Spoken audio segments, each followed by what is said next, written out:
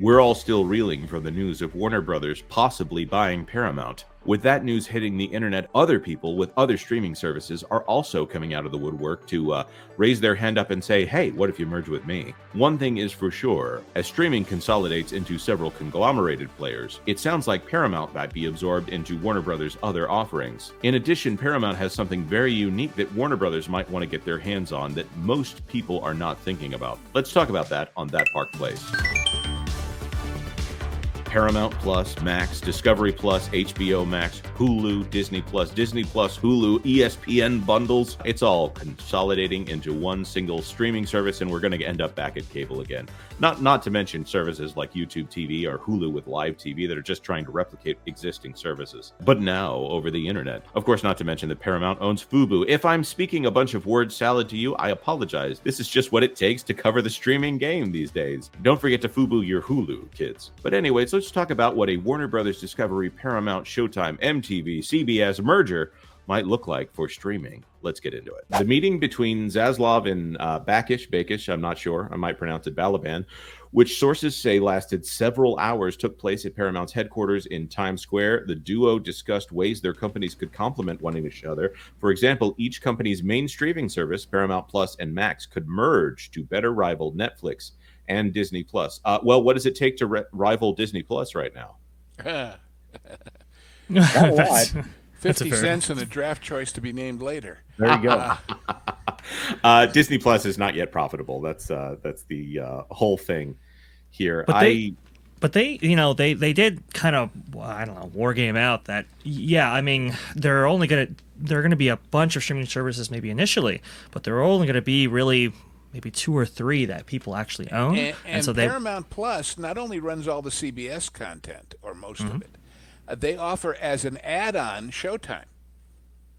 Yes, they do. True. Well, Showtime has now been consolidated into Paramount in a way that Paramount Plus with Showtime, and the cable channel Showtime has now been renamed to Paramount Plus with Showtime.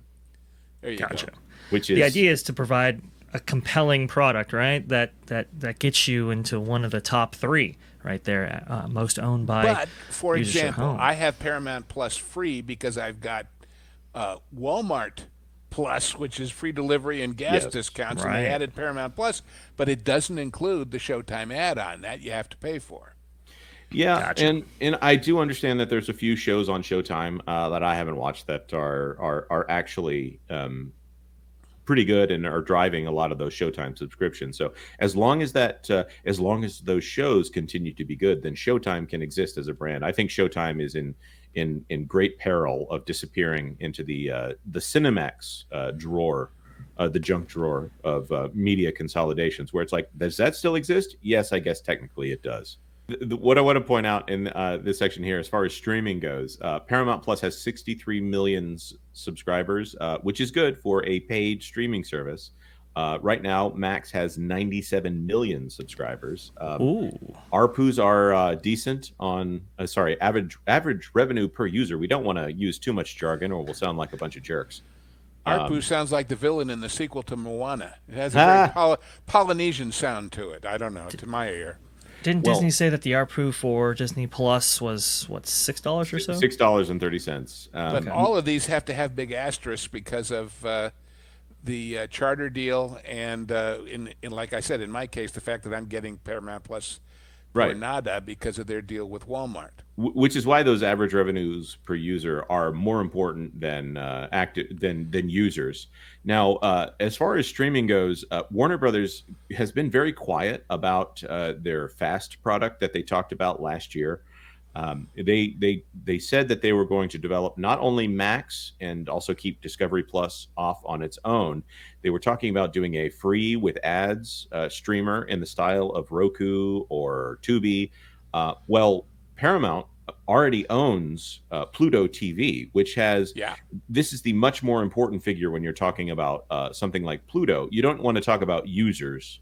They have 80 million active users on Pluto TV, according to my preliminary research here, which is pretty great when you talk about all of those people getting ads served to them every time they watch something on Pluto. So that right there might be why Zaslav has been very quiet about his free with ads streaming service that they have yet to disclose to the public. Yes. Man. That's serious power with advertising, and it is also one more competition to so-called linear networks, because advertisers are going to choose where they're going to put their stuff, and maybe it won't be the ABC, NBC, CBS world anymore after all of this happens. There's also a lot of synergistic power in that as well, a lot of cross-pollination that could potentially occur. Right, and as linear TV, formerly known as cable, transitions to these very specific IP-driven channels, eventually, whether or not you realize it right now, everybody, you are subscribed to a streaming service on cable. It's just in the form of a cable channel.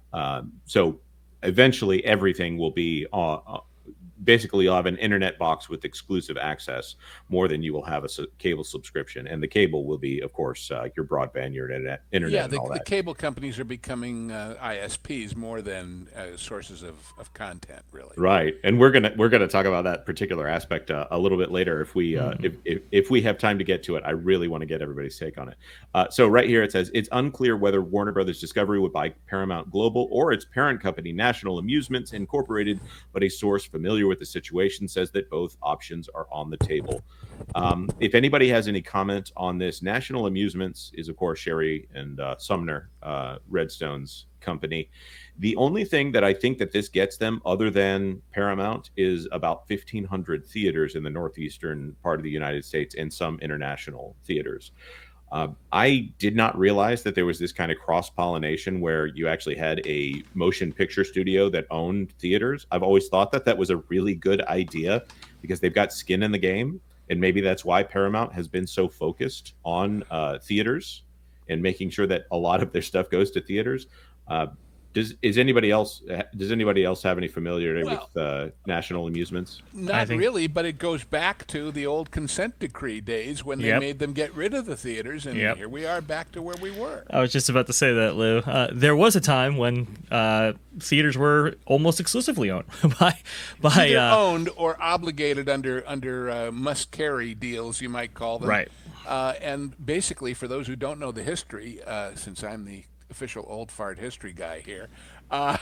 Right after World War II, the government said, wait a minute. They said, movie studios, you're violating antitrust because you make the product, you distribute the product, and you exhibit the product. You got to get rid of one of those three. Well, they couldn't get rid of production because they have to make the show, and they couldn't get rid of distribution because that's where the money is. Yep. So they got rid of the theaters. And when I say get rid of, it's not just that they owned it. In case any of you in big cities wondered how come there's a Paramount theater or a Warner Brothers theater, it's because they literally built and owned those theaters or inherited them from, like we said before, the vaudeville chains that had them. But they also had what they called block booking, which was if you were a small theater in a small town and you wanted the next John Wayne movie, you had to take 20 stinkers along with it in order to keep the deal. And that's why there was the B picture, as we all know it.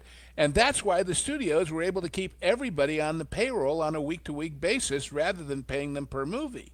When they got rid of that, when they forced them to divest themselves of those deals for block booking, that's when B movies went away, and that's when the studio said, hey, we have a great idea.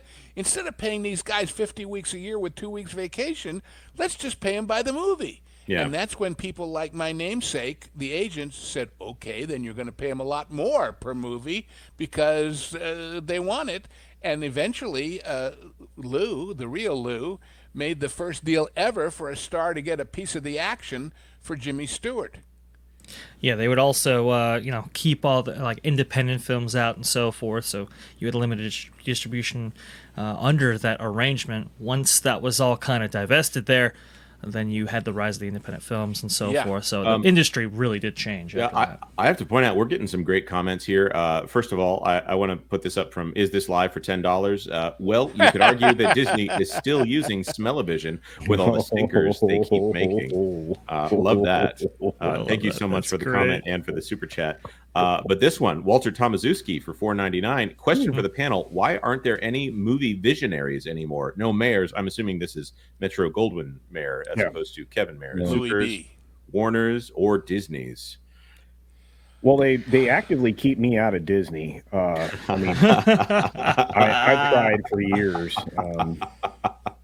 Because the guys at the top think they are, but well, the answer to that is how much of a creative visionary or understander of the audience do you think Big Bob is? Oh, he doesn't get it. He's a weatherman. He's always been a guesser of where the wind's blowing, and right now he's not doing a good job. Right. Let's see here. Also, want to say thank you very much to Olaf Van S for the €2. You didn't have to do that, buddy. Wishing all a Merry Christmas in case I don't see you in the next few days. Thank you very much, Olaf, and Merry Christmas to you. Thanks for those wishes. I do plan on turning invisible starting tomorrow. Invisible. I think the closest thing to a visionary that we've had probably is what Steven Spielberg, right, with his multiple DreamWorks forays into studios, and yeah, which was of course bought out, I think, by Warner Brothers, and now sorry, that was bought out by Paramount and is now defunct. And then of course the animation studio was bought by Comcast. We'll be talking about them in just a moment. From what I understand, WBD can't buy or be sold until after April because of Warner Brothers in the Discovery merger. Yes, the exact date on that is April 8th. But this won't happen that fast anyway. No. This would never happen by April. This would be lucky to happen within a year because of all the complications of doing it. And all right, Tubi together. is better than Pluto TV. Pluto TV doesn't push their on-demand service as much as live service. And Tubi right now is owned by Fox Corporation. Yeah, Jonas, but Skydance is going after Shari Redstone shares of National Amusement. So if Skydance gets those before Warner Brothers Discovery, can Warner Brothers Discovery do anything? Well, they can pay a premium for those shares if they are dead set on acquisition. Well, and when they say going after, she controls them and she can choose who she gives them to or sells them to. And the fact that somebody else is interested might have been what prompted Warner Brothers to say, wait, don't make that deal. We've got a better deal for you. Yeah, and again, I mean, but that doesn't surprise anybody here, I wouldn't think. I mean, to be fair, I mean, if you are Warner Brothers, if you're Warner Brothers Discovery, you want that acquisition first of all because you are a greater company than Paramount is. You have the opportunity to make it a not merger of equals, which means essentially you would be in a position of control. Right. This is a good thing, but as pointed out earlier, April 8th is the trigger point at which the reverse Morris Trust will finally be settled, and they can move forward with the next purchase. So there you are. All right, I switched out an audio interface here, and we'll have to see how that goes. We're fixing the airplane on the fly. Can you hear me? You sound great. Sound great. Fantastic. All right. So let's move on with the article here. I guess I'll get to find out on the replay when I clip this just how bad it was. Warner Brothers Discovery is said to have hired bankers to explore the deal. That's good and that's responsible. I hope they get some outside investors, unlike a certain merger between Fox and Disney that did not use proper valuations. Put them on the board. It's fine. Warner Brothers Discovery could use its international distribution footprint to boost Paramount's franchises, which is very critical. Paramount's children's programming assets could be essential to Warner Brothers' long-term streaming ambitions. Does anybody have any visibility on what Paramount owns right now? I actually don't. What day of the week is it? They have something that they have something that Byron Allen wants right now. Yes, they do. Yes, they do. But let's focus on the kids stuff right now. They own Nickelodeon. And Warner Brothers has always suffered. For some reason, the owners of Looney Tunes and Sesame Street have kind of struggled in the kids space lately, even though Disney is falling down on its face every other week. And Animaniacs. Yes, very true. I don't know how long Hulu has the rights to Animaniacs and Tiny Toons here, but you have the entire Nickelodeon catalog, which has several generations worth of IPs that are usable. And of course, they've got, Miramax and whatever. Miramax owns, 49% of Miramax. Yes, they do have BET, Epic, CBS, MTV, and VH1. Comedy Central. They, of course, own Yellowstone, Showtime, TV Land. And Paramount Animation has Teenage Mutant Ninja Turtles, Sonic the Hedgehog, SpongeBob. And with the Skydance deal, they have Transformers right now. Right, and then they're the lead distribution company for Tom Cruise or J.J. Abrams' pet projects? Is that right? Yeah, absolutely. Yeah. So there's a lot going through Paramount right now that is enviable for Warner Brothers, and with that, with the sway that Warner Brothers has right now, despite the fact that they're going to go bankrupt, 60% chance they're going to go bankrupt. I think that article is a bunch of baloney. Yes, I agree. They actually are positioned to do some pretty great things here in the future. CBS News could be combined with CNN to create a global news powerhouse. That's a little less. Yeah, I don't know about all that. The word powerhouse is a little overused in there. Yes. Yeah. Yes. CBS Sports, though, that would be very interesting. The two biggest goldfish in a very small pond. CBS Sports footprint could be combined with Warner Brothers Discovery, because Warner Brothers right now is offering a free add-on tier for sports on their streaming right now, and that's going to be monetized. I think sometime around when basketball picks up. Ooh. So, all right, and before we get into the back end stuff. Warner Brothers stock went down and Paramount stock went up because of the announcement of this deal, which that shows the flailing state of Paramount, and a lot of people wondering what is going on there with Warner Brothers. So, the reason for Warner's to go down is Zaslav's been making a very big point of paying off debt, and this would incur a whole bunch of new debt. Yes, and that's the thing that I've been very curious about in watching that stock price go up and down. So Warner Brothers announces that they are paying off massive amounts of debt. They're talking about their success with Barbie. Was that my audio's going out signal culture? No. It's just they have faithless investors right now. Yes. Yeah. So let's see, where was I? Well, we'll talk about this in the meantime. I keep meaning to say on all of our channels and discussions lately about stock prices, Disney's and everybody else's, we have to remember this is the time of the year when people sell off their losers in order to make up for the winners for tax reasons, because it's the end of the year. Mm-hmm. Just like we've seen Disney write off TV shows for the same reason. But it's remember that we don't, all us real people out there who have stock don't have fiscal years. We have calendar years. And so December is always when people sell off stock. Everything they've got that's down a little gets knocked into the trash in order to make up for the winners. So if you have winners. Yeah, if you have winners. Yep, absolutely. So Maverick Pilgrim for $199. Is the Apple Paramount streaming collab still in play? I would imagine so. If it's already been announced, then contracts would have been signed already. And I don't think Warner Brothers would be worried about Paramount doing business with a giant like Apple. Apple's in a different space. We talk about the fact that Disney, if you multiplied it by 5, then you would be dealing with a company on the size of like Amazon or Apple. With Paramount, Paramount is 1/3 to the size of Warner Brothers, and Warner Brothers is, it's 30 billion. It's tiny. You could have multiplied them by, 50, and you would be a lot closer to Apple's valuation. These are teeny tiny people essentially doing business with these tech giants. It's not considerable. When you're talking about mergers and acquisitions. Thank you so much for watching to the end of this video. Let us know your thoughts in the comments section down below. At this point, are you just missing the days of cable just telling you what channels you're going to get because they are the person that happens to serve cable in your area?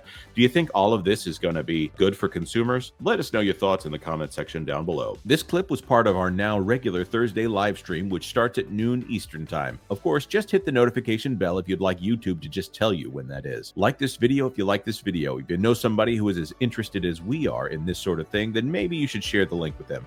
And of course, please consider subscribing to That Park Place for all the news that should be fun. Thanks for watching That Park Place News. For more information, consider checking out www.thatparkplace.com. And don't forget to subscribe, share, like, and send this out on your favorite social media accounts.